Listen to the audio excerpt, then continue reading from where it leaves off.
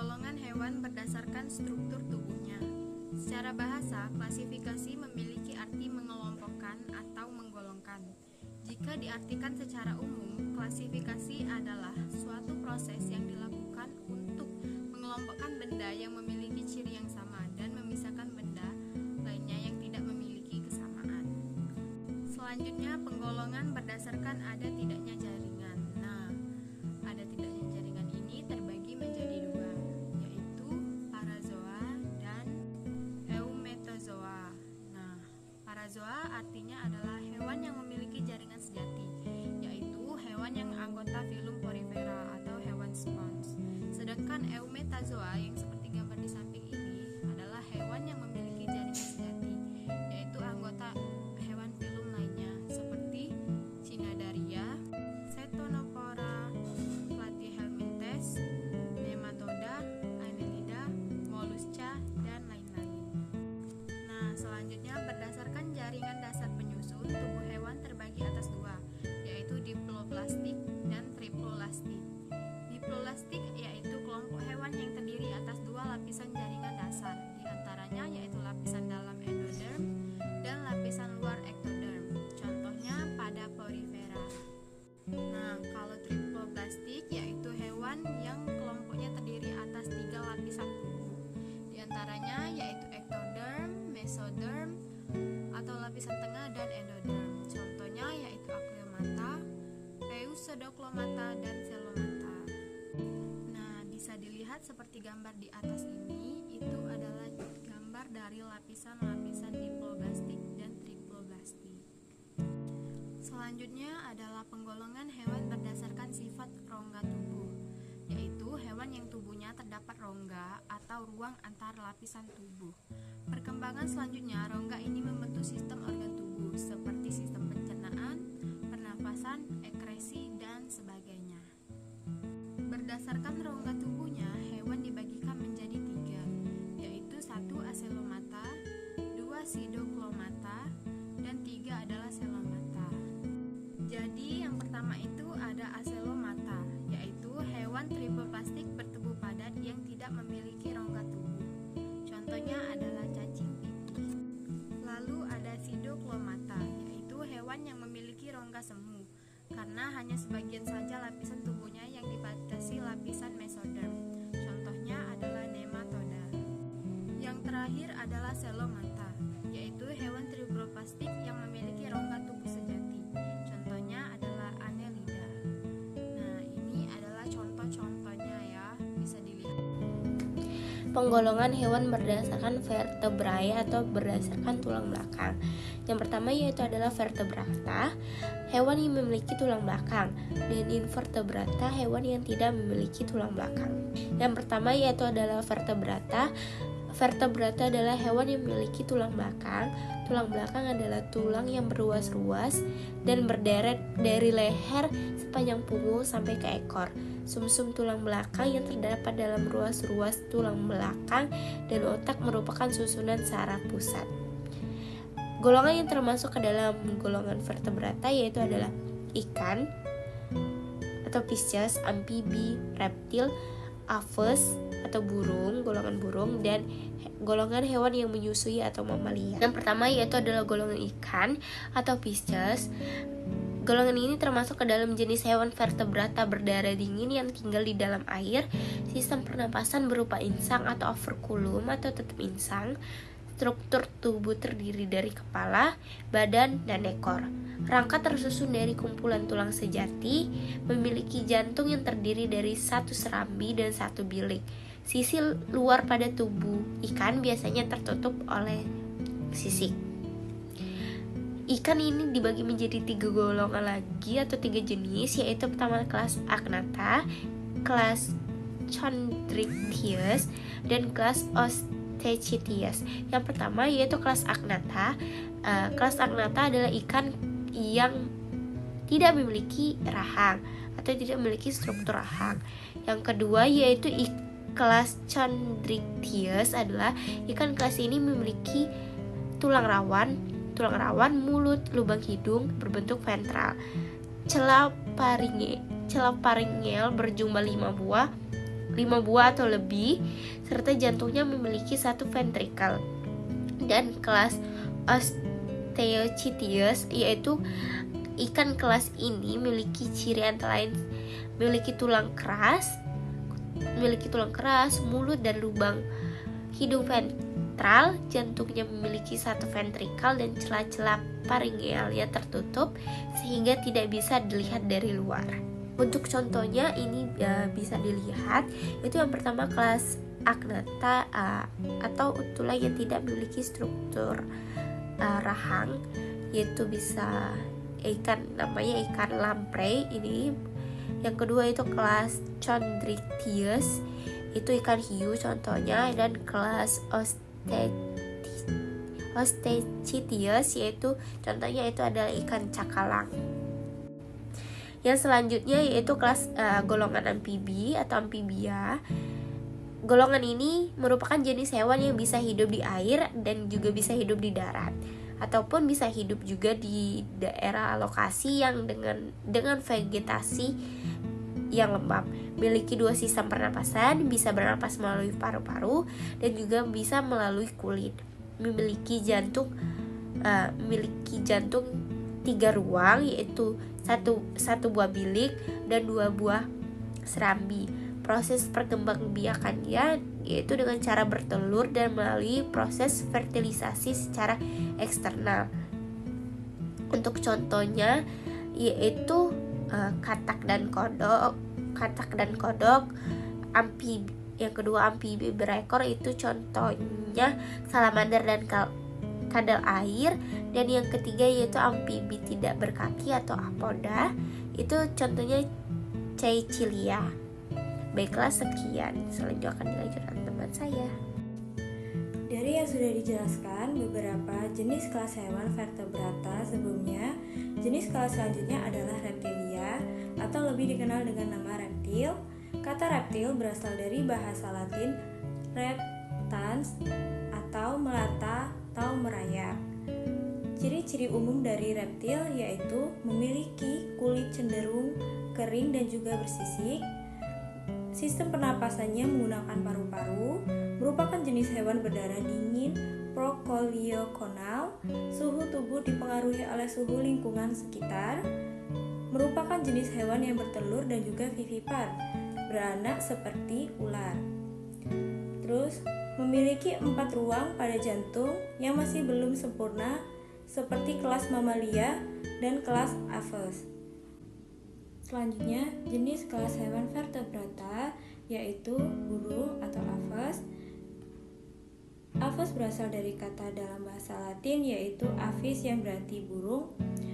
Kekhasan dari kelas aves yaitu adanya bulu yang menutupi seluruh bagian atau permukaan tubuh. Secara umum, ciri-ciri hewan pada kelas aves berbeda dengan hewan vertebrata lainnya adalah tulang dada yang umumnya tumbuh membesar dan memipih, anggota gerak belakang beradaptasi untuk berjalan, berenang, dan bertengger. Anggota mulut kelas aves sudah termodifikasi menjadi paruh, punya kantong hawa, jantung terdiri dari 4 ruang, rahang bawah tidak mempunyai gigi karena giginya telah menghilang yang digantikan oleh paruh ringan dari zat tanduk. Lalu selanjutnya adalah ciri-ciri pada burung atau aves, yaitu tubuh terlindung oleh bulu, anggota gerak berupa sayap dan kaki, alat penglihatan, pendengaran, dan suara mendekati sempurna, termasuk ke dalam jenis hewan berdarah panas. Fertilisasi atau pembuahan terjadi secara internal di dalam tubuh. Jantung terdiri dari 4 ruang, yaitu 2 serambi, 2 bilik. Strukturnya sudah lebih sempurna. Selanjutnya, klasifikasi dari aves atau burung. Yang pertama yaitu Casuariiformes atau bangsa burung berjalan, yaitu ordo burung besar yang terdiri dari 3 spesies burung kasuari dan 1 spesies burung emu. Burung-burung ini ditemukan di Australia, Papua Nugini, dan beberapa pulau di sekitarnya. Casuariiformes dikenal karena ukuran tubuhnya yang sangat besar, sayap pendek, yang tidak dapat terbang, kaki panjang, dan leher panjang. Lalu yang kedua adalah Psittaciformes, yaitu ordo burung yang terdiri dari hampir 400 spesies burung paruh Bangkok, termasuk burung kakatua, burung nuri, dan burung lovebird. Ordo Psittaciformes ditemukan di seluruh dunia kecuali di daerah kutub. Lalu yang ketiga yaitu Columbiformes, yaitu ordo burung yang terdiri dari beberapa spesies burung merpati dan sejenisnya. Lalu yang terakhir ada Galliformes, yakni ordo burung yang terdiri dari lebih dari 290 spesies termasuk ayam, burung kalkun, dan kubuk. Ordo ini tersebar di seluruh dunia, tetapi sebagian besar spesiesnya dapat ditemukan di belahan bumi utara. Umumnya memiliki tubuh yang berukuran sedang hingga besar, memiliki bulu yang tebal dan paruh yang kuat. Oke, untuk selanjutnya jenis kelas hewan vertebrata yaitu hewan menyusui atau mamalia. Hewan mamalia adalah hewan yang menyusui dan merupakan hewan dengan spesies yang paling beragam di bumi. Mamalia hadir dalam bentuk dan ukuran yang berbeda-beda, mulai dari yang kecil, sedang, dan hingga yang besar. Cara hidup di lingkungan dan habitatnya pun juga beragam. Semua mamalia berinteraksi dengan satu sama lain. Adapun ciri-ciri dari mamalia yaitu pertama, termasuk ke dalam jenis hewan yang berdarah panas, memiliki kelenjar minyak dan kelenjar keringat pada kulit, otak berkembang dengan baik dibanding hewan pada filum-filum lain. Fertilisasi atau pembuahan terjadi secara internal di dalam tubuh, termasuk ke dalam jenis hewan menyusui, melahirkan anaknya atau tidak bertelur, bernapas menggunakan paru-paru, jantungnya memiliki 4 ruang yang sempurna yang terdiri dari 2 serambi dan 2 bilik, lalu memiliki kelenjar susu. Contoh dari hewan mamalia yaitu ada kuda, sapi, terus lumba-lumba, paus, dan banyak-banyak lainnya. Invertebrata. Hewan invertebrata adalah hewan yang tidak memiliki tulang punggung atau tulang belakang, serta juga memiliki struktur, anatomi, serta morfologi yang lebih sederhana dari hewan yang memiliki tulang punggung atau tulang belakang, serta juga memiliki sistem pencernaan, pernapasan, serta peredaran darah yang lebih sederhana dari hewan-hewan vertebrata. Film di bawah ini adalah film-film terkait hewan invertebrata.